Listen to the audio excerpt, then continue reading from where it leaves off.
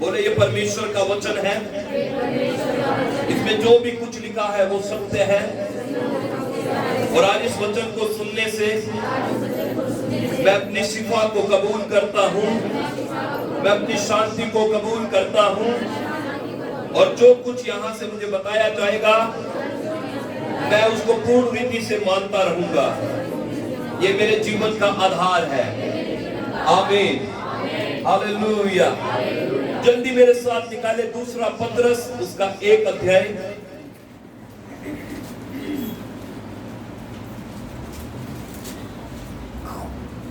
दूसरा पतरस 1 अध्याय।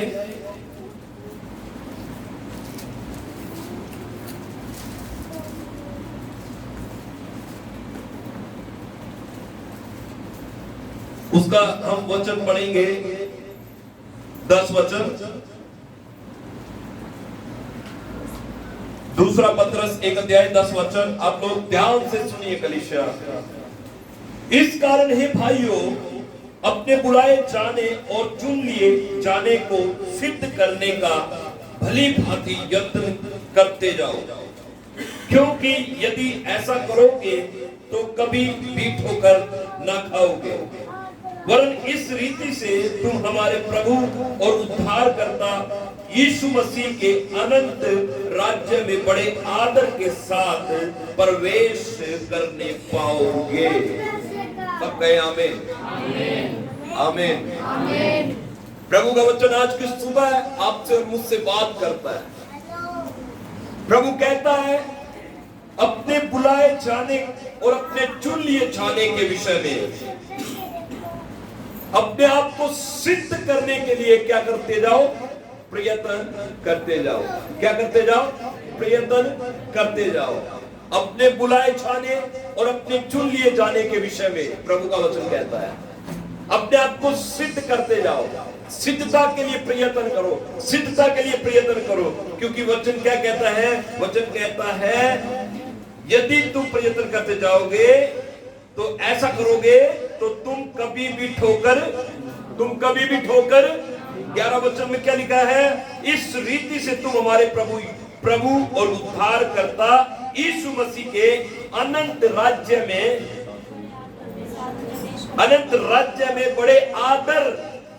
बड़े आदर के साथ प्रवेश करने पाओगे। आमीन। 12 वचन क्या कहता है? इसलिए यदि तुम ये बातें जानते हो और जो सत्य वचन तुम्हें मिला है उसमें बने रहते हो, तो भी मैं तुम्हें इन बातों की सुधि दिलाने को सर्वदा तैयार रहूंगा।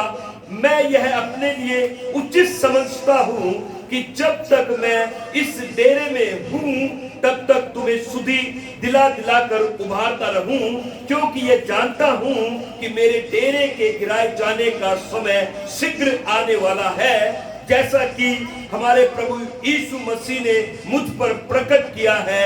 इसलिए मैं ऐसा यत्न करूंगा कि मेरे कूच करने के बाद तुम इन सब बातों को सर्वदा स्मरण रख सको। आमीन। प्रभु का दास, प्रभु का वचन ये कहता है कि मेरे कूच करने से पहले, किसी को पता है मैं कितने दिन जीवित रहूंगा? हेलो, कोई है जो कहता है मुझे पता है मैं इतने दिन जीवित रहूंगा? किसी को पता है? Nobody knows। कब प्रभु से बुलावा आए ये डिपेंड नहीं करता कि कोई बूढ़ा होने के बाद मरे, या डिपेंड नहीं करता कोई जवान मरे।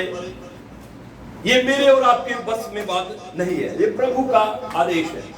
लेकिन पौलुस ये कहना चाहता है, प्रभु का वचन यूं लिखता है, प्रभु का कलाम यूं कहता है कि मेरे कूच करने से पहले और जब तक वो दिन मेरा इस पृथ्वी पर से डेरा गिराने का समय नहीं आता, मुझे ये अच्छा लगता है कि मैं बार बार तुम्हें सुधि दिलाता रहूं, ताकि जब मैं ना भी रहूं तब भी तुम्हें परमेश्वर का वचन हमेशा स्मरण रहे, हमेशा याद रहे। Hallelujah, hallelujah, hallelujah. प्रभु की हमारे लिए एक अंतिम होप क्या है, हमारी एक अंतिम आशा क्या है, हमारी एक अंतिम बुलाहट क्या है। सब कुछ हमने सुना है, सब कुछ हमने प्रभु से प्राप्त किया है, बहुत कुछ हम प्रभु से मांगते हैं, लेकिन अंत की बात क्या है कि कोई भी वस्तु का हमारे साथ हमेशा के लिए रिश्ता नहीं रहेगा। हर चीज पृथ्वी पर से जो प्राप्त की है वो पृथ्वी पर ही रहने वाली है। अंतिम क्या है? अंतिम यही है कि जब सर्वशक्तिमान प्रभु अपनी सेना के साथ बादलों पर हमारे लिए आएगा, तुर्री का शब्द फूकते ही यीशु मसीह बादलों पर आएगा और वहां पर हम अपने प्रभु को देखने पाएंगे। आमीन। वहां पर प्रभु यीशु मसीह जो हमारा प्रभु है, जो हमारा उद्धार करता परमेश्वर है, हम उसको बादलों पर देखेंगे और कलीसिया उसके स्वागत में बादलों पर हवा में उड़कर जाएगी। ये है हमारी आशा, ये है हमारी होप कि जब हमारा प्रभु यीशु मसीह बादलों पर सवार होकर अपने आगमन पे आएगा तो वो उसके स्वागत करने के लिए बादलों में जाएगी। और यही प्रभु का वचन भी कहता है, यही पतरस कहता है कि जब मैं रहूं, जब मैं ना भी रहूं, तब भी तुम्हारे अंदर परमेश्वर का वचन सर्वदा बना रहे। तुम्हारा निशाना कभी चूकना नहीं चाहिए, तुम्हारी दिशा कभी भटकनी नहीं चाहिए। तुम्हारा जो उद्देश्य है प्रभु में आने का, प्रभु में आने का जो मकसद है, उससे तुम कभी दूर नहीं होने चाहिए। इसलिए हमें जरूरत रहती है हम प्रतिदिन अपने आप को प्रभु के साथ जोड़ते चले जाएं। पृथ्वी पर का डेरा हमेशा का डेरा नहीं है, पृथ्वी पर की बातें हमेशा की बातें नहीं है। आप चाहे कितना भी हासिल करें, प्रभु ने अपने प्रभु के दास ने एक बात कही, मैं सारी जहान को प्राप्त करूं और अपने आप की हानि उठाऊं तो मुझे कुछ लाभ नहीं है, मैं कुछ नहीं प्राप्त कर सकता। चंगाई मिलेगी 100% मिलेगी, वेल्थ मिलेगी 100% मिलेगी, हीलिंग मिलेगा, डिलीवरेंस मिलेगा प्रभु में आने से, छुटकारे मिलेंगे प्रभु में आने से। लेकिन इसके बाद क्या आप इन्हीं पहेलियों में घूमते रहेंगे, इन्हीं चीजों पर अपनी आशा लगाकर रखेंगे? मेरी आशा ये नहीं है चर्च, मेरी आशा ये है कि जब प्रभु यीशु मसीह आए तो मैं उसके साथ उठा लिया जाए। आमीन। नहीं सुनाई दिया? मेरी आशा क्या है? जब प्रभु यीशु मसीह आए तो मैं उसके साथ उठा लिया जाए। Hallelujah, hallelujah. कितने लोग चाहते हैं मैं प्रभु के साथ उठा लिया जाए? आमीन। बहुत खुश हूं आप लोगों के लिए कि आप चाहते हैं मैं प्रभु के साथ उठा लिया जाए। लेकिन एक बात है, एक गंभीर विषय है, जब प्रभु यीशु मसीह आएंगे हर एक उसके साथ नहीं जा पाएगा। पिछले संडे मैंने बताया था कैसे जाएगा। दो स्त्रियां क्या कर रही होगी? एक ले ली जाएगी, दो पुरुष खेत में होंगे, एक ले लिया जाएगा। ये सिद्धांत समझे आप बाइबल का? वहां पर चुनाव होगा, वहां पर निर्णय होगा। सर्वसिद्ध प्रभु, सर्वशक्तिमान प्रभु, जिसको किसी से सलाह लेकर आपके बारे में पूछना नहीं पड़ेगा, सुमित को लूं या नहीं लूं, है ना? कोई प्रभु को समझाएगा नहीं, सुमित को ले लो, अरे सुमित को मत लो, ले लो, वहां कुछ ऐसा नहीं होगा। वो अगम है, उसकी बुद्धि, उसको पता है, वो देखते ही आपको पहचान जाएगा ये मेरा है। वो देख, ये सब ऐसा होगा, वो आपको देखते ही पहचानेगा, वो आपको देखते ही आपको निहार लेगा, वो आपको देखते ही आपको पहचान लेगा, क्योंकि उसको किसी से सलाह लेने की कोई जरूरत नहीं है। वहां पर एक वचन में लिखा है मत्ती रचित सुसमाचार में, जब आप वहां पर पढ़ते हैं, प्रभु का वचन कहता है उस दिन मुझसे हे बहुत सारे लोग आकर कहेंगे हे प्रभु, मैंने तेरे नाम से भविष्यवाणी की, मैंने तेरे नाम से दुष्टात्माओं को निकाला, मैंने ये किया, मैंने वो किया। लेकिन प्रभु क्या कहता है? मैं उन्हें देखकर कहूंगा हे कुकर्म करने वालों, मुझसे दूर हो जाओ, क्योंकि मैं तुम्हें नहीं जानता। आज मैं पूछता हूं, क्या प्रभु आपको जानता है? क्या प्रभु से आपकी जान पहचान है? आप यहां तो बोल देंगे यस, लेकिन टाइम आएगा तो पता चलेगा। चर्च मेरी बात सुन, आइए एक वचन पढ़ देते हैं। सब जन अपनी बाइबल खोल कर रखे, ये वचन सीखने का समय है। सब जन अपनी बाइबल ओपन कर ले। हम में से हर एक व्यक्ति प्रभु के आगमन में, प्रभु के साथ, प्रभु के स्वागत में, प्रभु के घर में पहुंचेगा। आमीन। और मैं आज वही आप लोगों से बात करना चाहता हूं। उत्पत्ति की पुस्तक उसका 17वां अध्याय निकालेंगे।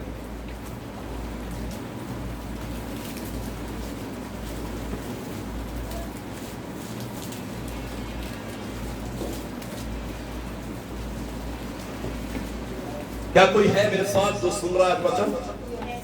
जी। उसका एक वचन पढ़ेंगे। उत्पत्ति की पुस्तक उसका 17वां अध्याय 1 वचन। जब अब्राहम 99 वर्ष का हो गया, तब यहोवा ने उसे दर्शन देकर कहा, मैं सर्वशक्तिमान ईश्वर हूँ, मेरी उपस्थिति में चल और सिद्ध होता जा। ठीक है, बस पूरी कलीसिया एक साथ पढ़े। उत्पत्ति 17 अध्याय। बाहर सब देखिए, आपका आना, बाहर तो बैठे हैं लोग, मैं उनके लिए बड़ा कई बार दुखी परेशान होता हूँ, क्योंकि हमारे पास बैठने के लिए थोड़ा स्पेस है। बाहर लोग दीवार के पीछे बैठे हैं, मुझे नहीं पता वो सुन रहे हैं या नहीं सुन रहे हैं, लेकिन उनके लिए भी मैं बोलना चाहता हूँ, थोड़ी सुविधा की कमी है, लेकिन कोशिश करें अपने मन को प्रभु की ओर लगाए और वचन सुने, आगे ध्यान रखें। जैसे पानी होता है वैसे आप हो जाओ। पानी को यदि किसी बड़ी जगह पे प्रेशर से छोड़ा जाता है तो वो कहीं ना कहीं से रास्ता बना लेता है ना? तो अब भी पानी जैसे हो जाए, अपना रास्ता बना लो भाई। प्रभु जी यहाँ चल फिर रहे हैं, आमीन। और जो विश्वास से उसे छूएगा आज वो चंगा हो जाएगा। Praise the Lord, hallelujah. ठीक है, प्रभु का वचन क्या कहता है?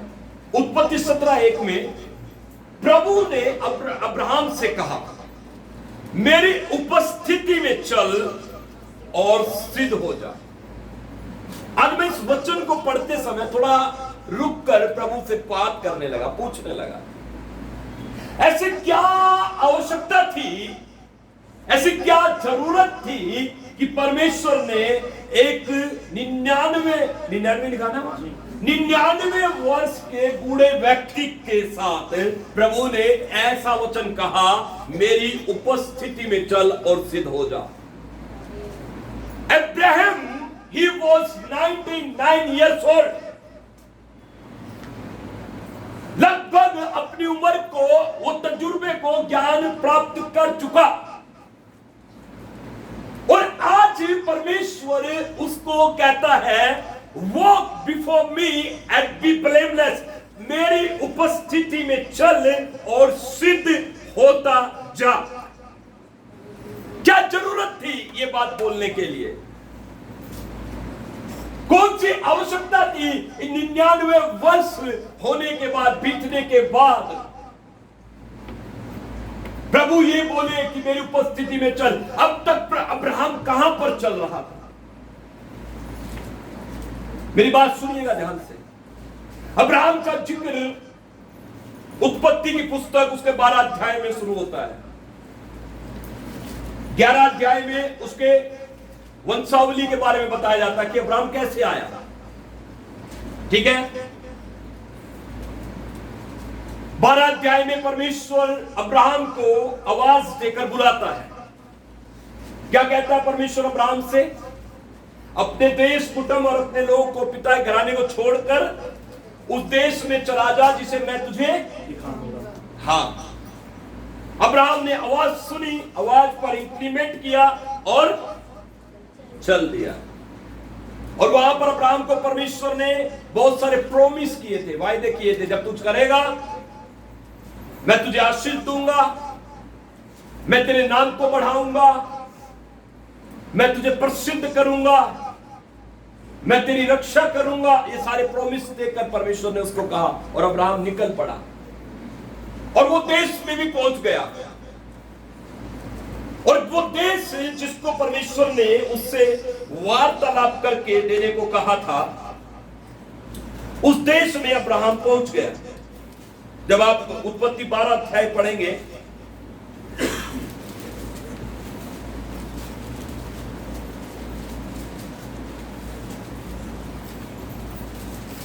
छह वचन पढ़े, 12 का 6। उस देश के बीच में जाते हुए अब्राहम शेकेम में और जहां मोरे बांज वृक्ष है वहां पहुंचा। उस समय उस देश में कनानी लोग रहते थे। तब यहोवा ने अब्राहम को दर्शन देकर कहा, यह देश मैं तेरे वंश को, किसने कहा? जब अब्राहम उस देश के बीच पहुंचा तो वहां पर एक अन्य जाति लोग रहते थे, कनानी लोग। परमेश्वर ने सबको हटाकर, सबको उससे दूर करके परमेश्वर ने अब्राहम को वहीं पर रखा और दर्शन देकर क्या कहा, मैं ये देश क्या दूंगा? कनान देश किसको दूंगा? तेरे वंश को दूंगा, यही रहे। यस और नो? प्रभु ने कहा यही रहे। प्रभु ने क्या कहा? यही रहे। लेकिन थोड़ी प्रॉब्लम हो गई वहां पर। उस देश में, जिस देश के बारे में प्रभु ने प्रॉमिस किया था, वहां पर जब अब्राहम टिक गया जाकर, थोड़ी प्रॉब्लम हो गई। प्रॉब्लम क्या हो गई? उस देश में क्या पड़ गया? अकाल पड़ गया। क्या पड़ गया जी? जैसे अकाल पड़ा, अब्राहम अपनी नजर इधर उधर घुमाने लगा। उधर उधर घुमाकर उसने क्या देखा कि सबसे बढ़िया देश कौन सा है? मिस्र है। सबसे बढ़िया देश कौन सा है? मिस्र है। अतः अब्राहम अपनी पत्नी, अपने भतीजे और सबको लेकर कहां पर चला गया? मिस्र में चला गया। और वहां पर जाकर एक और गलती कर बैठा। अपनी पत्नी से कहता है मिस्र अच्छा है, रहने में भी अच्छा है, खान पान में भी अच्छा है, देखने में भी सुंदर है। लेकिन अपनी पत्नी को समझा रहा है कि यहाँ के लोग स्त्रियों के लालची हैं। क्या है? ओ मेरी बात सुन रहा है सच कोई? यहाँ के लोग कैसे हैं? यहाँ के लोग दुराचारी है, यहाँ के लोग धर्मी है, ये लोग परमेश्वर को नहीं मानते हैं, ये लोग परमेश्वर का भय नहीं रखते हैं। इसलिए हम उस देश में जाएंगे, उस देश का लुत्फ भी उठाएंगे और वहां पर अपने प्राण की भी रक्षा करेंगे। लेकिन अपनी पत्नी से कहा कि यहां पर यदि तुझसे कोई पूछे कि मैं कौन हूं तो बता देना मैं तेरा भाई हूं। ऐसे करने से, ऐसे बोलने से तेरे वजह से क्या होगा? मेरा प्राण बचा लिया जाएगा। अगर तूने कहा कि मैं तेरा पति हूं तो वो मुझे मार देंगे और तुझे जीवित रख लेंगे। और ये वो दूसरी मिस्टेक। पहली मिस्टेक अब्राहम की क्या थी? परमेश्वर ने जो देश अब्राहम को उसके वंश को देने का प्रॉमिस किया था, पहली बात यह थी कि थोड़ी समस्या आते ही अब्राहम उस देश को बिना परमेश्वर की इजाजत के छोड़कर बैठ गया। हेलो, सुन रहे चर्च? मेरी बात सुन रहे चर्च? दूसरी मिस्टेक क्या हुई? उसने अपनी पत्नी से कहा कि जब यहाँ का कोई व्यक्ति तुझसे पूछे मैं कौन हूं तो बताना क्या हूं? मैं तेरा भाई हूं। और जब उसने ये सारी बातें मिस्र में हुई तो मिस्र में क्या हुआ? मिस्र में जाने के बाद क्या हुआ? वहां के लोगों ने देखा कि भैया हमारे नगर में, हमारे शहर में तो नए लोग आए हैं और उसके साथ एक खूबसूरत स्त्री है। उसने पूछा ये स्त्री कौन है? उसने कहा ये तो, स्त्री से पूछा ये कौन है? उसने कहा भाई है।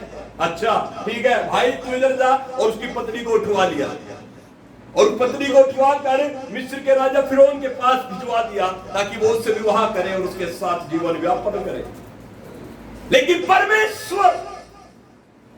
परमेश्वर ने फिरौन को दर्शन देकर कहा अगर तूने उस स्त्री पर हाथ भी रखा तो मैं तेरी जान ले लूंगा।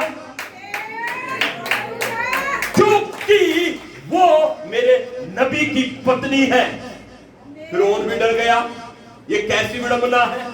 मैंने जब पूछा उनसे तो वो क्या बोलते हैं, ये तो मेरी बहन है।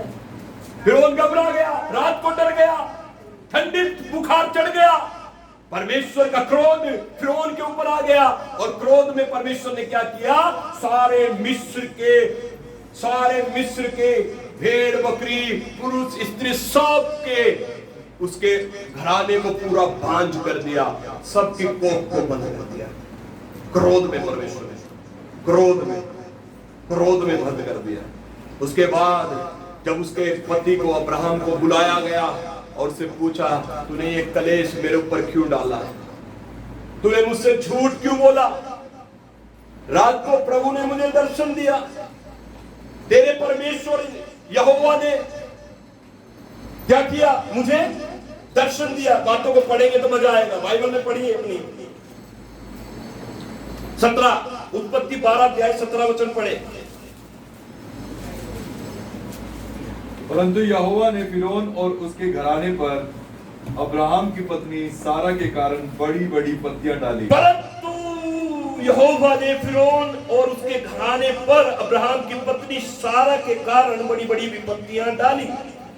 तब फिरौन ने अब्राहम को बुलवा कर कहा, तूने मेरे साथ ये क्या किया, तूने मुझे क्यों नहीं बताया कि वह तेरी पत्नी है, तूने क्यों नहीं कहा कि तूने क्यों कहा कि वो तेरी बहन है। मैंने उसे अपनी ही पत्नी बनाने के लिए लिया, परंतु अब अपनी पत्नी को यहां से लेकर चला जा।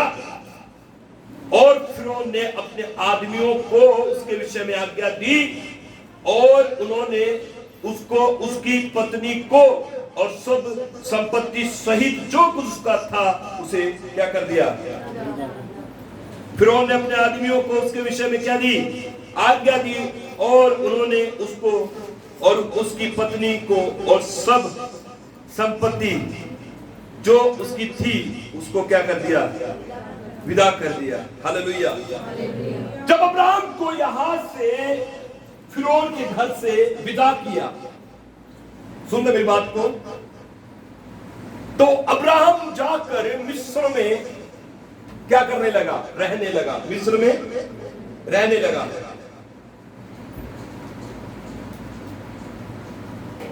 हालेलुया। और वहां पर जब वो मिस्र में से विदा कर दिया गया तो फिरौन ने अब्राहम को कुछ गिफ्ट्स भी दिए, कुछ गाय बैल भी दिया, कुछ भेड़ पशु भी दिए और कुछ दास दासियां भी दिए। अपनी मिस्टेक का, अपनी गलती का वो कुछ हर्जाना, कुछ खामियाजा वहां पर अदा करने की कोशिश करता है, क्योंकि उसको सीधा परमेश्वर से ऑर्डर मिला है, सीधा परमेश्वर से ऑर्डर मिला है। हालेलुया। और अब्राहम वो सारा समेट कर, जो मिस्र से भी मिला, जो उसका भी था, सब कुछ समेट कर कहां पर आ गया, वापस दक्षिण देश में, दक्षिण देश कनान देश में आ गया। हालेलुया।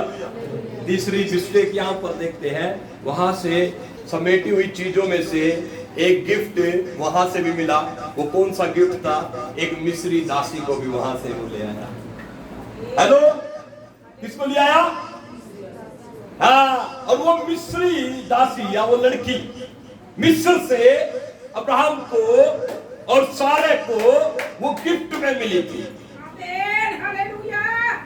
अब जब वो मिस्र से आई और साथ अब्राहम के घर में रहने लगी, सारा की दासी बनकर रही, सारा के घर का कामकाज करने लगी, सगवाने लगी, उसके बाद वो मिस्री स्त्री को अपने सारा उसे अपने पति को दे देती है। मेरी बात समझ रहे हैं? मैं क्या बोलना चाह रहा हूं, आज का मेरा मुद्दा ये नहीं है कि मैं आपको अब्राहम की गलतियां गिनवाऊं, मुद्दा ये नहीं है। मुद्दा ये नहीं है कि अब्राहम ने कितनी मिस्टेक्स की, कितनी ज्यादा गलतियां वो करता चला गया। हाँ, ये सत्य है और बाइबल में लिखा है, अब्राहम ने बहुत सारी चीजों में परमेश्वर से बात। पहली बात ये नहीं की, जब वो मिस्र को जब वो कैनान देश को छोड़कर गया तब परमेश्वर से अब्राहम ने नहीं पूछा, चला चला। दूसरी, अपनी पत्नी को क्या बुलवाता है? बहन। तीसरी, मिस्र से आए हुए सारे गिफ्ट को रिसीव करता है, परमेश्वर से नहीं पूछा। और वो गिफ्ट आकर कहां पर? कैनान में आकर क्या है? उनके सामने खड़ा होता है। क्या होता है देखिए, अब जब आप इसका उत्पत्ति की पुस्तक से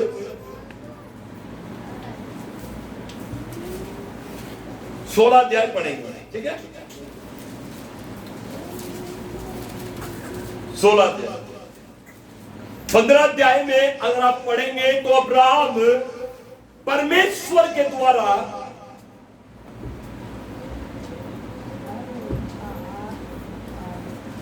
इंतजार कर रहा है कि अब्राहम के घर में भी संतान उत्पन्न हो, ठीक है? और परमेश्वर अपने वायदे को अब्राहम को फिर से याद दिलाता है। और परमेश्वर अब्राहम को 15 अध्याय में क्या होता है? स्वप्न में, दर्शन में बात करता है। दर्शन में बात कर परमेश्वर अब्राहम से कहता है, अब्राहम मत डर, तेरी ढाल और अत्यंत बड़ा प्रतिफल क्या हो? मैं हूं। यही कहा ना परमेश्वर ने। और फिर परमेश्वर अब्राहम को बाहर निकाल कर लाता है, कहता आकाश के तारागणों को देख, फिर तू जमीन को देख, इतनी मैं तेरी संतानें उत्पन्न करूंगा। लेकिन अब्राहम कहता है कोई बात नहीं परमेश्वर, छोड़ो इन बातों को, मैं निर्वंश हूं, मेरे घर में मेरा वारिस एलियाजर होगा, एलियाजर को ही मैं वारिस बनाऊंगा। परमेश्वर कहता नहीं, तेरा निज पुत्र ही तेरा वारिस होगा। और ये बातें हो गई हो गई हो गई। अब अब्राहम को कैनान में बसे हुए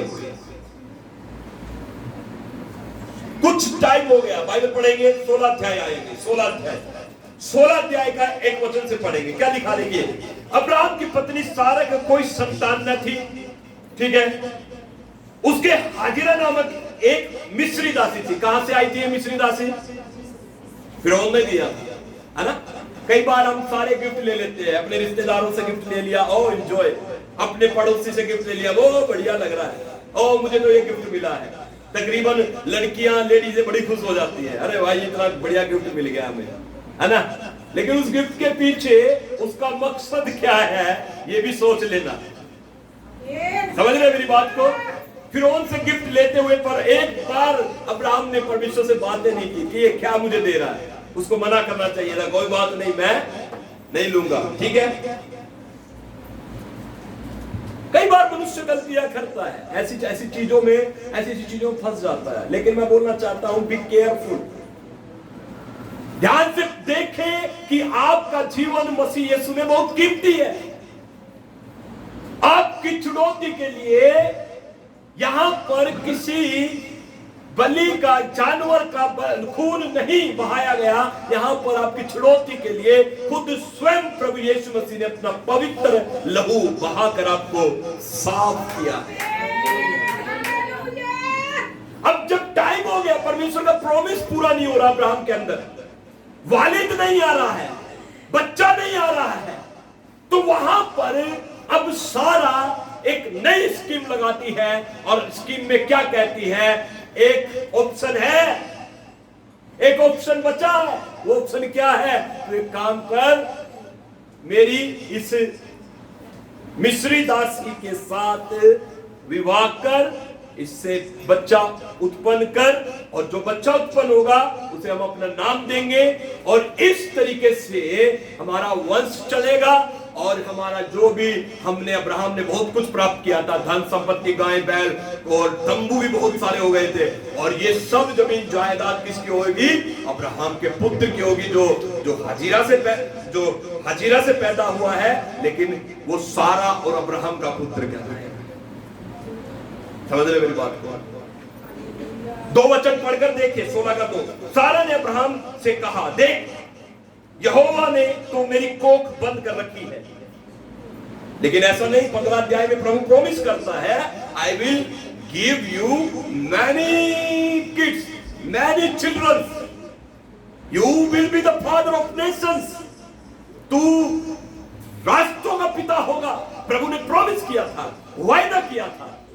बट वो वायदे को अपने अंदर याद ना रख सके। उसके बाद सारा कहती है अपने पति से, क्या कहती है, मेरी कोख बंद कर रखी है, इसलिए मैं तुझसे विनती करती हूं कि तू मेरी दासी के पास जा, संभव है कि मेरा घर उसके द्वारा बस जाए। सारे की ये बात अब्राहम ने मान ली। यहां भी नहीं परमेश्वर ने पूछा, मैं मिस्टेक नहीं गिनवा रहा हूं, बाइबल पवित्र है। हालेलुया।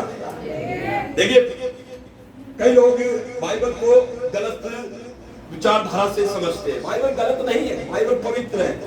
मेरे पीछे बोले बाइबल पवित्र है, जोर से बोले बाइबल पवित्र है। अगर इसमें अच्छी ही बातें लिखी होती, अगर मिस्टेक्स नहीं लिखी होती, क्या हम कभी सुधर पाते? एक सुधार काम के लिए क्या करना पड़ता है? मिस्टेक्स किसी की देखकर सीखना पड़ता है। यस और नो? है ना? हम सीख रहे हैं, हम क्या कर रहे हैं, है ना? बाइबल ऐसा नहीं है कि इसमें प्रभु ने अपने लोगों की सिर्फ साफ सुथरी और पवित्र बातों को शामिल किया है। नहीं, बाइबल में आप ए से जेड तक बातें पाएंगे। आमीन। जो था जो है बिल्कुल वो थपस। तो यहाँ पर भी अब्राहम अपनी पत्नी की बात मानकर और क्या करता है, हाजिरा से क्या कर लेता है, विवाह कर लेता है और शादी कर लेता है। हालेलुया। तो क्या हो रहा है, ये सारी बातें होती अब 16 अध्याय में हम आ जाएंगे। 16 का ये पढ़ रहे थे हम, ठीक है। अब उसके बाद 15 वचन से पढ़ेंगे। 16 का 15 वचन पढ़े तो यहाँ पर क्या लिखा है, हाजिरा को अब्राहम के द्वारा एक पुत्र हुआ और अब्राहम ने अपने पुत्र का नाम, जिसे हाजिरा ने जन्म दिया था, इस्माइल रखा। जब हाजिरा ने अब्राहम के द्वारा इस्माइल को जन्म दिया, उस समय अब्राहम 86 वर्ष का था। कितने वर्ष का था? 86 वर्ष का था। ठीक है। 10 साल बाद अब्राहम ने 10 साल वेट किया प्रभु का, 10 साल। और 10 साल के अंतराल में अब्राहम एक और मिस्टेक कर बैठा। बहुत सारी चीजें गंभीर रीति से चेंज होती गई। कई बार हम प्रभु के साथ चलते हैं ना, हम रोज चर्च आ रहे हैं, संडे चर्च आ रहे हैं, बाइबल हमारे घर में है, पास्टर भी हमारे घर में आ जाता है, प्रार्थना हो जाती है। हम लोग क्या हो जाते हैं, प्रभु के साथ एक फैमिलियर, वो एक फॉर्मल रिश्ता हम प्रभु के साथ समझने लगते हैं। कोई बात नहीं, प्रार्थना ही तो करेंगे, साधारण बात, बैठो पास्टर बैठ जाओ, 4 बातें की, आमीन का और चले गए। ये फॉर्मल हो रहा है सब कुछ। हम प्रभु के साथ क्या कर रहे हैं, फॉर्मल चल रहे हैं, फॉर्मल। अब्राहम का जो जीवन में अब मैं क्या देख रहा हूं कि अब्राहम को परमेश्वर ने बड़ी खुशी से बुलाया, लेकिन अब फॉर्मल हो रहा है सब कुछ। क्या हो रहा है, पहले पूछता था अब्राहम, मैं करूं, मैं जाऊं, लेकिन अब रिश्ते में थोड़ा सा क्या हो गया, रिश्ता थोड़ा सा बदल चुका है, फॉर्मल हो रहा है। जो मैं कर रहा हूं ठीक कर रहा हूं, जो मैं चल रहा हूं ठीक चल रहा हूं। इस बात, इन्हीं बातों के बाद बाइबल में लिखा 17 अध्याय 1 वचन। अब जोर से पढ़े चर्च, पूरी कलीसिया। अब 17 अध्याय 1 वचन जोर से पढ़े, जोर से पूरी कलीसिया। 1 2 3 गो। जब अब्राहम 99 वर्ष का हो गया, तब यहोवा ने उसको दर्शन देकर कहा, मैं सर्वशक्तिमान ईश्वर हूं, मेरी उपस्थिति में चल और सिद्ध होता जा। सब आमीन कहे। एक बार फिर से पढ़े पूरी कलीसिया, जोर से। जब अब्राहम 99 वर्ष का हो गया, तब यहोवा ने उसको दर्शन देकर कहा, मैं सर्वशक्तिमान ईश्वर हूं, मेरी उपस्थिति में चल और सिद्ध होता जा। आज मैं बोलना चाहता हूं, चर्च, परमेश्वर आज आपसे बात करना चाहता है। वो आपसे बात कर रहा है। चर्च, हमारा परमेश्वर कभी भी हमारे साथ, हम उसके साथ फॉर्मल नहीं हो सकते और ऐसा व्यवहार नहीं कर सकते कि जैसा हम अपने आस पड़ोस में, अपने परिवार में लोगों के साथ करता है। ऐसा कभी नहीं कर सकते। God is God. वो आपका आधार है, वो प्रथम है, वो अल्फा है, वो ओमेगा है। आप उसके साथ चलने के लिए बुलाए गए हैं, उसके पीछे चलने के लिए बुलाए गए हैं, उसके साथ खड़े होने के लिए बुलाए गए हैं। और एक चीज है जो आपको बदलेगी, वो है उसकी उपस्थिति। जोर से बोले, कौन सी चीज बदलेगी मुझे, कौन सी चीज बदलेगी मुझे? आज तक मुझे नहीं पता आपने कितने निर्णय लिए और कितनी बार प्रभु से पूछा। मुझे नहीं पता आपने कौन कौन से काम शुरू किए और किन किन कामों में आप सफल हुए। मुझे नहीं पता कि आपने कितनी बार परमेश्वर से आवाज दी कि परमेश्वर मैं आपके लिए ये करना चाहता हूं, मैं ये काम शुरू कर रहा हूं, क्या प्रभु आप है मेरे साथ? क्या पूछते हैं प्रभु से कि प्रभु क्या आप मेरे साथ है? कितनी बार हम दिन में ये बात पूछते हैं प्रभु से, प्रभु क्या आप मेरे साथ चल रहे हैं?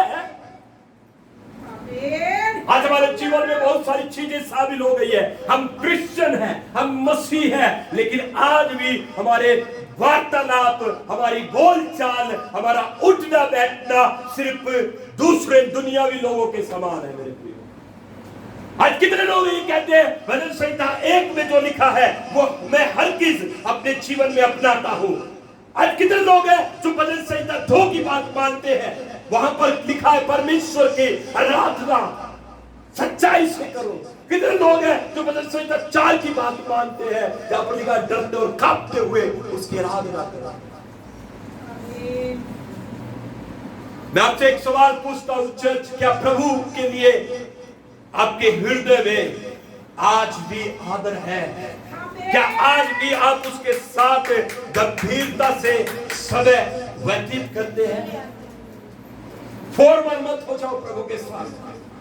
ये चीज फॉर्मल करने के लिए नहीं है। आपको बार बार चर्च में आना है, आपको बार बार प्रार्थना में बैठना है, आपको बार बार बाइबल पढ़नी है। ये आपको प्रभु के साथ लापरवाह नहीं बनाने के लिए है, लेकिन ये आपको प्रभु के साथ गंभीर बनाने के लिए है। जितना आप बार बार प्रभु के नजदीकी में आते हैं, आप उतना बार बार प्रभु के साथ गंभीरता में चलने के लिए बुलाए जाते हैं। आज मैं प्रार्थना करता हूँ प्रभु के साथ गंभीरता में चलेंगे यीशु के नाम में। आज मैं प्रार्थना करता हूँ लापरवाही टूटेगी यीशु मसीह के नाम में, पाप टूटेगा यीशु मसीह के नाम में, बंधन टूटेगा यीशु के नाम में। आमीन उच्च कहे चर्च।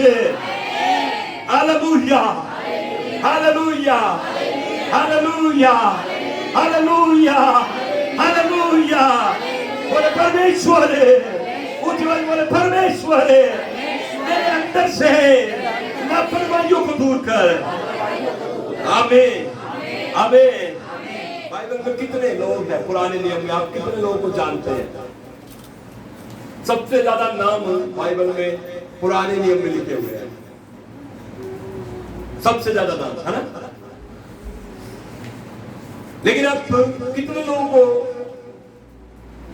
जानते हैं कि वो लोग परमेश्वर के साथ चले, या कितने लोग के बारे में जानते हैं कि वो लोग उन लोगों के साथ यहोवा परमेश्वर था? उंगलियों पर गिनोगे, बस उंगलियों पर नाम होता है।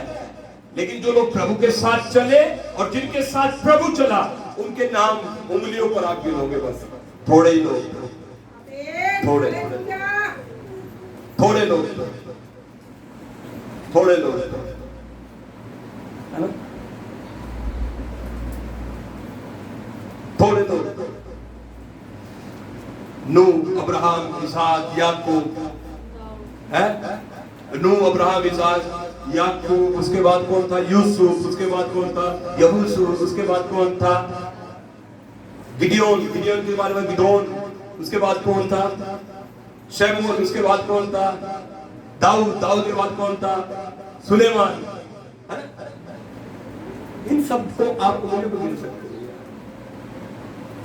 कहां पर है वो सब जिनके नाम बाइबल में है और जिनका जिक्र बाइबल में मिलता है, लेकिन उनके साथ यहोवा नहीं मिलता, प्रभु नहीं मिलता?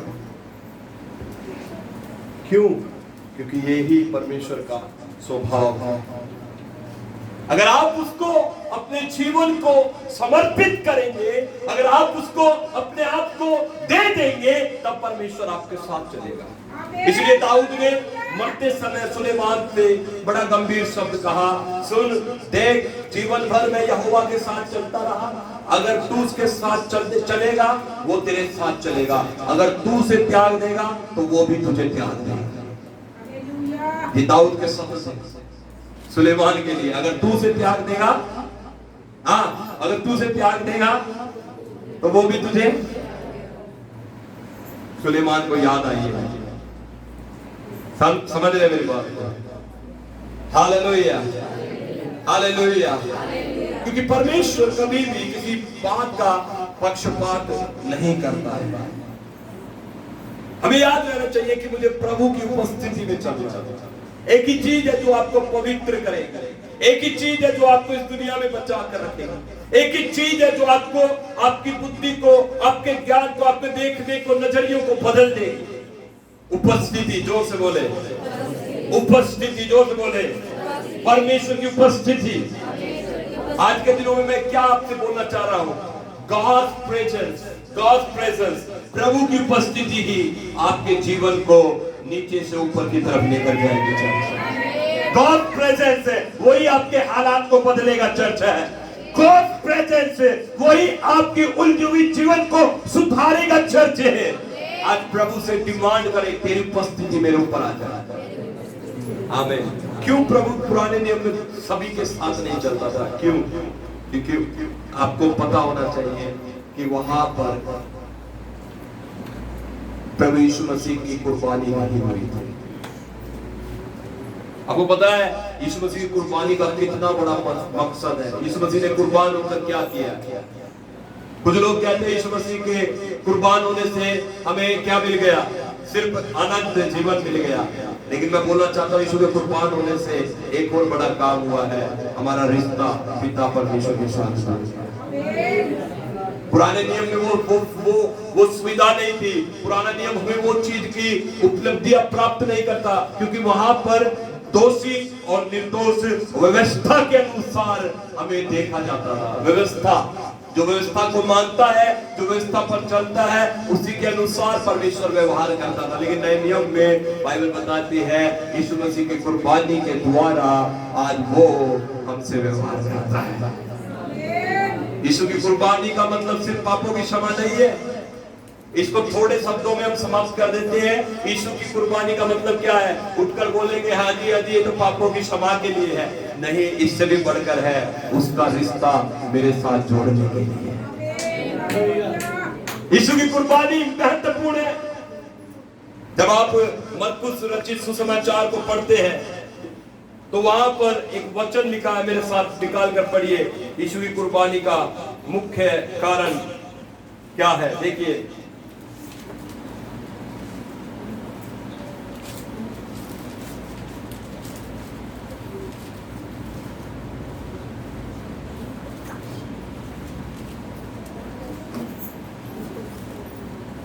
मरकुस 15 अध्याय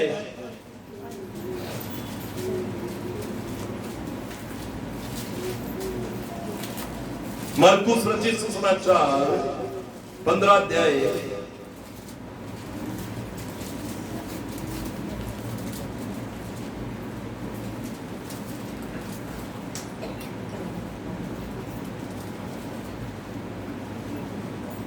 सैंतीस वचन से पढ़ेंगे। 37 सब जन निकाले। मरकुस 15 अध्याय और उसका 37। हाँ जी, मरकुस 15 उसका 37। तब यीशु ने बड़े शब्द से चिल्लाकर कहा, चिल्लाकर प्राण छोड़ दिए और मंदिर का पर्दा ऊपर से नीचे तक फटकर 2 टुकड़े हो गया। जो सूबेदार उसके सामने खड़ा था, जब उसे यूं चिल्लाकर प्राण छोड़ते हुए देखा तो उसने कहा, सचमुच यह है परमेश्वर का पुत्र था। हेलो, यीशु मसीह ने अंतिम आखिरी सांस ली क्रूस पे और ऊंचे शब्द से चिल्लाकर अपने प्राण छोड़ दिए। और मंदिर का पर्दा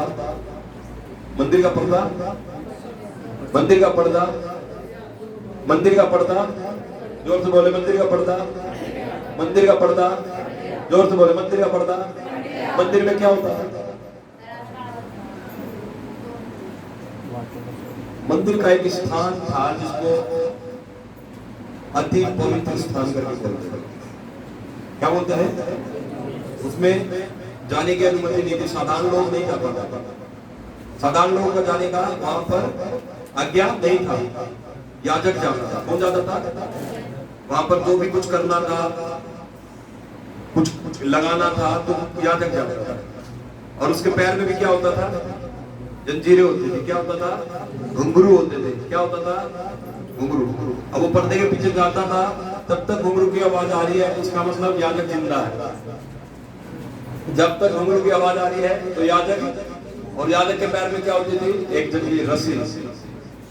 अगर घुंघरू की आवाज बंद हो जाती है तो इसका मतलब ये होता था कि पवित्र स्थान में याजक गया और वो दोषी करार पाया गया और वहां पर इसकी मृत्यु हो गई, तो उसे रस्सी से खींच लेते थे, अंदर कोई नहीं जाता। जो दस्ते मृत्यु हुई यीशु की। ओह माय गॉड, कोई समझे इस बात को? यीशु की मृत्यु हुई। ऊंचे सबसे अंतिम सांस लेकर चिल्लाकर यीशु ने कहा और अपने प्राण छोड़ दिए, और मंदिर का पर्दा खाली फट नहीं गया, ऊपर से नीचे तक फट कर 2 हिस्सों में बदल गया। देखिए मेरी बात सुनिए, ये पर्दा है। अगर मैं आपको इसको फाड़ने के लिए बोलता हूं, आप नीचे से इसको फाड़ेंगे, ये क्या दर्शाता है? ये किसी इंसान ने फाड़ा है। लेकिन जब हम देखते हैं पर्दा ऊपर से फटा है, हम ये बात को समझ जाए ये परमेश्वर ने फाड़ा है, और परमेश्वर चाहता है कि मनुष्य का मिलाप परमेश्वर के साथ हो जाए। आज आपका मिलाप परमेश्वर से हो जाए यीशु के नाम में। आज आपको ऊपर परमेश्वर की उपस्थिति आ जाए यीशु के नाम में। आज वो पर्दा फट चुका है यीशु मसीह के नाम में। तोड़ने वाला पर्दा फट चुका है यीशु के नाम में। दूर करने वाला पर्दा फट चुका है यीशु के नाम में। आमीन ऊंचा करें और खड़े हो जाए। Hallelujah, hallelujah. इसलिए परमेश्वर ने कहा, अब्राहम मेरी उपस्थिति में चल और सिद्ध हो जा। आज कितने लोग परमेश्वर की उपस्थिति में चलना चाहते हैं? आज कितने लोग अपने आप को प्रभु के हाथों में सौंपना चाहते हैं? मेरे प्रियो, आज अपने आप को प्रभु को देना है। अपने जीवन को फॉर्मल मत बनाए प्रभु के साथ। प्रभु तो मेरा अपना है, प्रभु तो मेरे घर का बंदा है, ऐसा मत सोचे। गॉड इज गॉड, और वो पवित्र है। हालेलुया, और वो पवित्र है। हालेलुया। आज आपका रिश्ता प्रभु के साथ जुड़ने जा रहा है चर्च। आज आपके ऊपर प्रभु की उपस्थिति आने जा रही है चर्च। जब पेंतकुस्त का दिन आया तो वो पवित्र आत्मा हर एक के ऊपर उतरा और वो अन्य भाषा बोलने लगे। हालेलुया। आज वो पवित्र आत्मा तुम पर उतरने जा रहा है चर्च। अपनी आंखें बंद करें, ऊंची आवाज में प्रार्थना करना शुरू करें।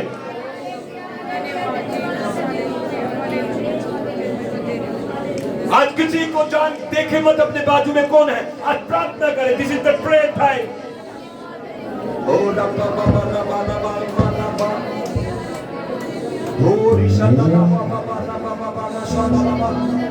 आज हर एक रिश्ते को, हर एक उलझाने वाली बातों को, हर एक लापरवाही के जीवन को, हर एक पाप के जीवन को, हर एक झूठ को, हर एक चोरी को, नशे को, शराब को, हर चीज को आज आप दूर करें। हालेलुया।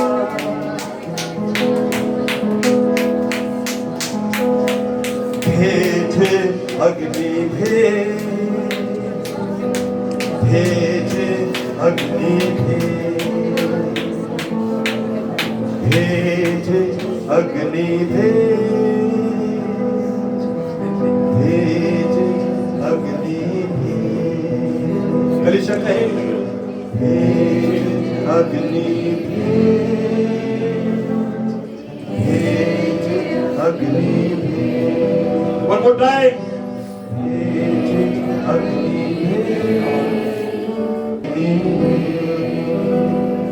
भेज अग्नि, रूहे पाक की अग्नि दे, अग्नि दे, भेज अग्नि दे, भेज अग्नि। हेलो, हे, भेज अग्नि भेज, भेज अग्नि। मुझे हाथ उठाकर बोलेंगे सब जन, आज मुझे अपनी से भर दे, आज मुझे अपनी सामर्थ से भर दे प्रभु। अग्नि हो ऐसी पाक खुदाया आप सभी जल जाए। बोले पाक खुदाया आप सभी जल जाए। अग्नि हो ऐसी पाक खुदाया आप सभी जल जाए। सोना जैसे भट्टी में ढलता वैसे हम ढल जाए। सोना जैसे भट्टी में ढलता वैसे हम ढल जाए। वैसे हम ढल जाए। आज वो अग्नि में हालेलुया। आज वो अग्नि में आज वो अग्नि में हालेलुया। भेजे अग्नि में हालेलुया। पूरी कलीसिया हट जाए हट जाए हट जाए।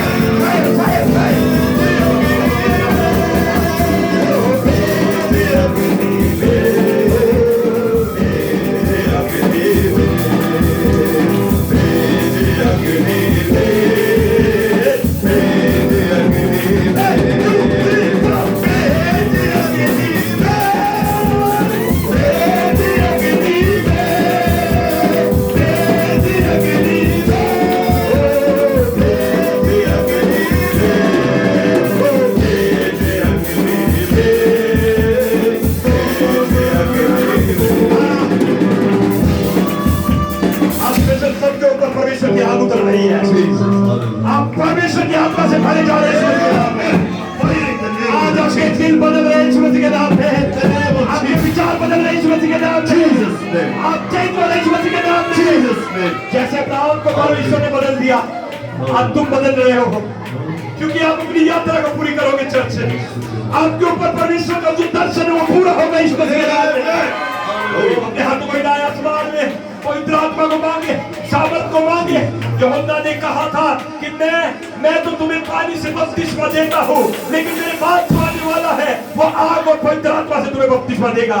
आज का दिन आपका आग का बपतिस्मा पाने का दिन है। चर्च आज का दिन आपका पवित्र आत्मा से बपतिस्मा पाने का दिन है। ओ पवित्र आत्मा यीशु के नाम में, जैसे तूने 120 के ऊपर उतरा, आज इनके ऊपर उतर जाए यीशु के नाम में। छूने छूने छूने भर जाए भर जाए भर जाए, भरे भरे भरे भरे। उसकी आग को, उसकी आग को, उसकी आग को, उसकी आग को, उसकी आग को स्वीकारे। आज शर्मिंदगी जा रही है आपके जीवन से, आपकी निराशा जा रही है इस मसीह के नाम में, आपकी बीमारियों से आप चंगे हो रहे हैं इसके नाम में। आपके ऊपर बड़ा बदलाव आ रहा है चर्च। ओ हालेलुया हालेलुया हालेलुया। ओ बाबा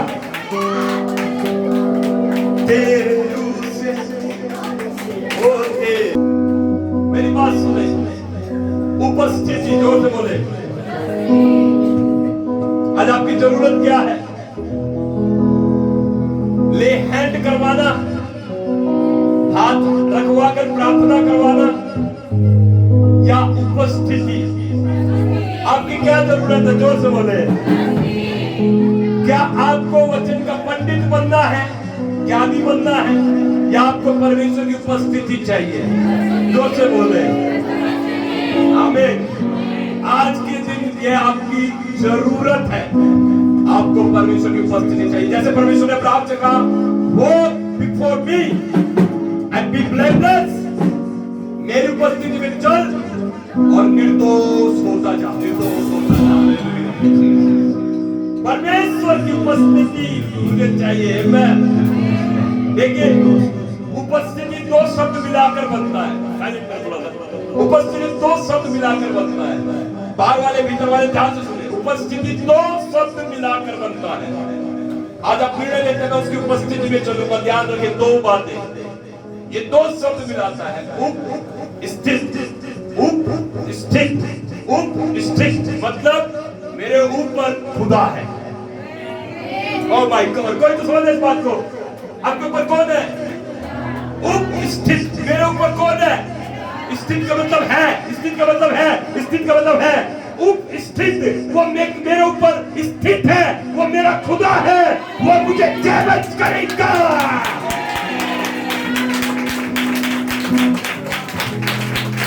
इधर लोग आज ये जानकर उसकी आराधना करेंगे, उसकी महिमा करेंगे, उसकी बड़ाई करेंगे कि वो मेरे ऊपर उपस्थित है। कितने लोग आज इस बात पर विश्वास करते हैं, खुदा मेरे ऊपर उपस्थित है।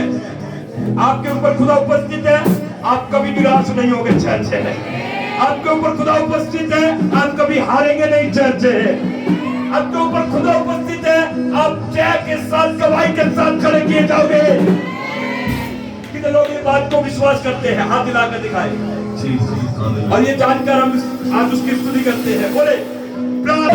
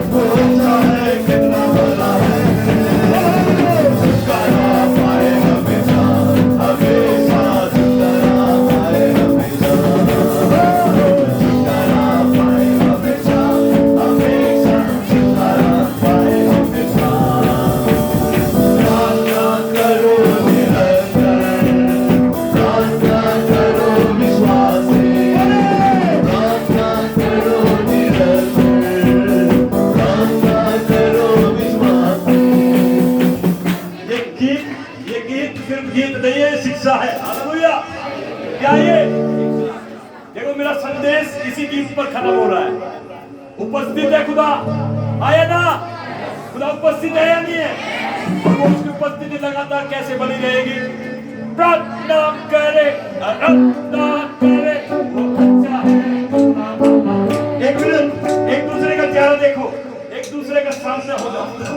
इधर वाले इधर देखो, इधर वाले इधर देखो, बीच वाले मुझे देखो, बीच की दो लाइन मुझे देखो, इधर वाले इधर देखो, उधर वाले इधर देखो। एक दूसरे के सामने खड़े हो जाओ, बीच वाले मुझे देखो। ठीक हो रहा है, आप इधर बोलो अपने बाजू वाले से, अपने बाजू से बोले भाई, भाई है तो भाई बोलो, बहन है तो बहन। भाई तू बहुत कम प्रार्थना करता है। कोई भाई है तो बोलो, भाई तू बहुत कम प्रार्थना करती है। इसलिए आज उसकी उपस्थिति में चलो और सिद्ध हो जाओ। आज के बाद तू कभी नहीं रोएगा, आज के बाद तू कभी निराश नहीं होगा। उसको थोड़ा सा हिला, हल्का सा हिला, बोलो प्रार्थना करे, आराधना करे, वो अच्छा है। प्रार्थना करे, आराधना करे, वो अच्छा है, कितना भला। प्रार्थना करे, आराधना करे, वो अच्छा है, कितना भला। वो छुटकारा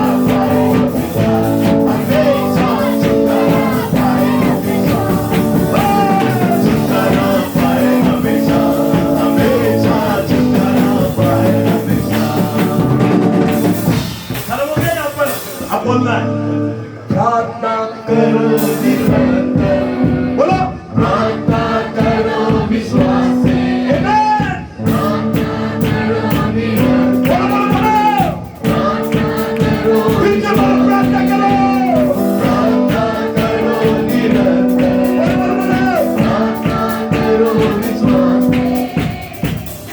एक मिनट कैसे करो प्रार्थना कैसे करो संडे चर्च में करो बस तभी परमेश्वर की उपस्थिति आएगी ऐसा नहीं है भैया ये गीतकार बहुत प्यारा लिखता है कैसे करनी है प्रार्थना बोलो हाथ उठाओ प्रार्थना करो निरंतर बोलो प्रार्थना करो विश्वास से ओ प्रार्थना करो निरंतर प्रार्थना करो विश्वास उठाते हुए धर्मी शक्ति प्रार्थना विश्वास की प्रार्थना करती है सारे बंधन को धर्मी शक्ति प्रार्थना विश्वास की प्रार्थना करती है सारे बंधन को प्रार्थना करे वो अच्छा है गुना भला है हालेलुया प्रार्थना करे वो अच्छा है गुना भला है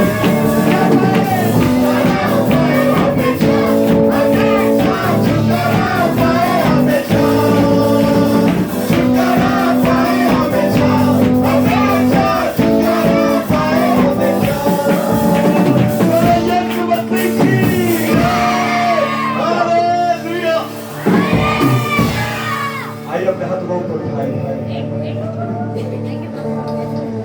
प्रभु सच में तू बात करता है सच में हम तेरी आवाज सुन रहे हैं प्रभु आपने हमें बुलाया इसलिए ताकि हम आपकी उपस्थिति में चले और कोई चीज हमें इस दुनिया में शुद्ध नहीं करती कोई चीज हमें सुधार नहीं सकती सिर्फ आपकी उपस्थिति है जो हमें चेंज करती है और बदलती है आज आपकी उपस्थिति हम मांगते हैं ये निरंतर हमारे साथ है कभी भी खुदा हम आपकी उपस्थिति से बाहर ना जाए हो आपकी उपस्थिति आज मेरे ऊपर आ चुकी है आज आपकी उपस्थिति में यहाँ से लेकर जा रहा हूँ प्रभु तेरी उपस्थिति कभी मेरे जीवन से दूर ना हो प्रभु जैसे राजा दाऊद कहता है प्रभु मेरा सोना चांदी मेरे सब कुछ छीन ले लेकिन तेरी आत्मा को मुझसे अलग ना कर आज मैं भी कहता हूँ तेरी आत्मा मुझसे अलग ना कर प्रभु सब कुछ चला जाए लेकिन प्रभु आप मेरे साथ रहे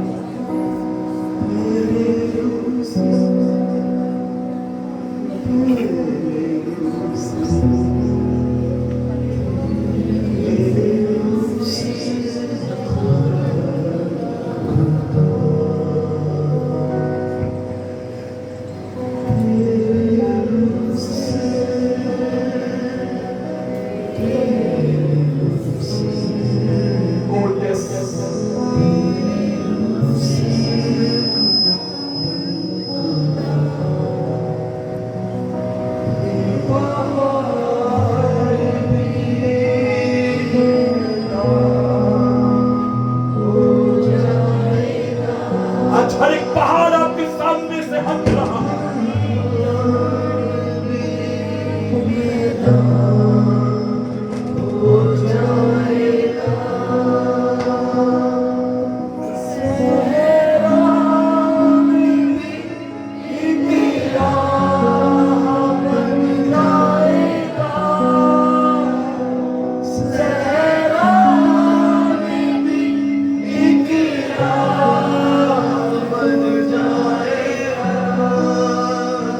प्रभु हम प्रार्थना करते हैं तेरी उपस्थिति हमारे साथ बनी रहे तेरी उपस्थिति जवान बच्चों के साथ बनी रहे तेरी उपस्थिति बुजुर्गों के साथ बनी रहे तेरी उपस्थिति इनके बच्चों के साथ बनी रहे प्रभु तेरी उपस्थिति में ये चले फिरे बोले प्रभु जी तेरी उपस्थिति इनके जीवन में सदा राज करे प्रभु जी आज मैं प्रार्थना करता और ये प्रार्थना मैं अपने उद्धार करता प्रभु यीशु मसीह के नाम में मांगता सब कलीसिया कहे आमीन ताली बजाकर बैठ जाएंगे